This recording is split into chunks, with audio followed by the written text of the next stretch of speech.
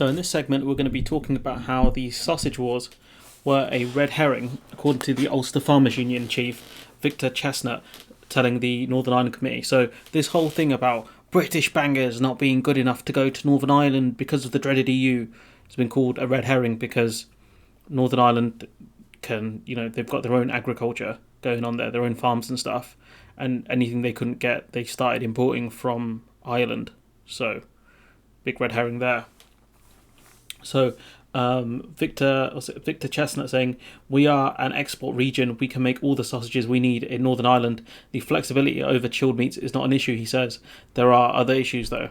So, if we actually look at an article that talks about this a bit further, saying the sausage war was blown out of proportion, says Meat Company, which is last month SDLP leader Colm Eastwood challenged Brandon Lewis on all the talk of sausages and the protocol and what the UK government was doing to promote the benefits of the Northern Ireland Protocol for local producers. Because let's not forget here, the government spun it as they get the best of both worlds. I'm not going to do the whole Miley Cyrus bit, but they can export into the UK or into GB with no checks. They can export into the EU with no checks. They got the best of both worlds apparently. And now there's an issue because the UK GB cannot export certain products into NI.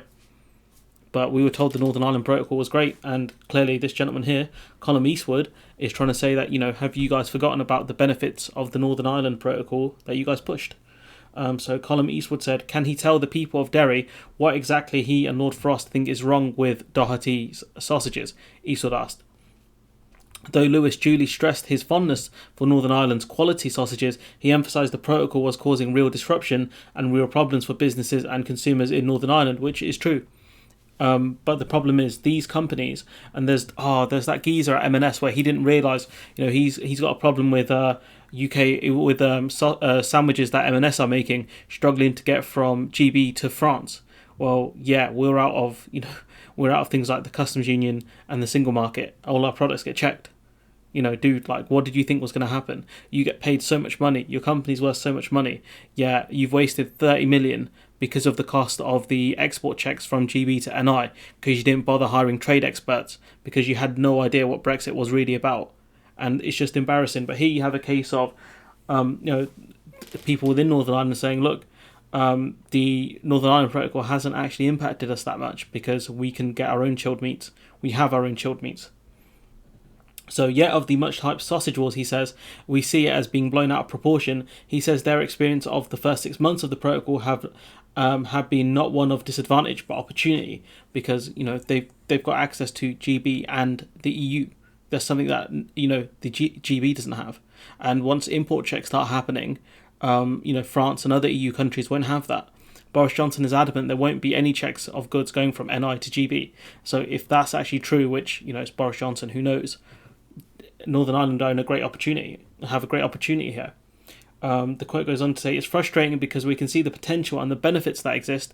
We do have access to these markets now post-Brexit, and that makes Northern Ireland an attractive place for businesses to invest. Which is true, to an extent. As long as the stability stays there, he's not wrong. This is being said by James Doherty, saying that customers in Northern Ireland will not be able to buy sausages or other chilled meat products made in Britain. They say demonstrates not just the economic difficulties caused by the protocol, but also undermines its place in the union by treating its companies and consumers differently from elsewhere in the UK. So he's saying there are issues around the Northern Ireland Protocol. However,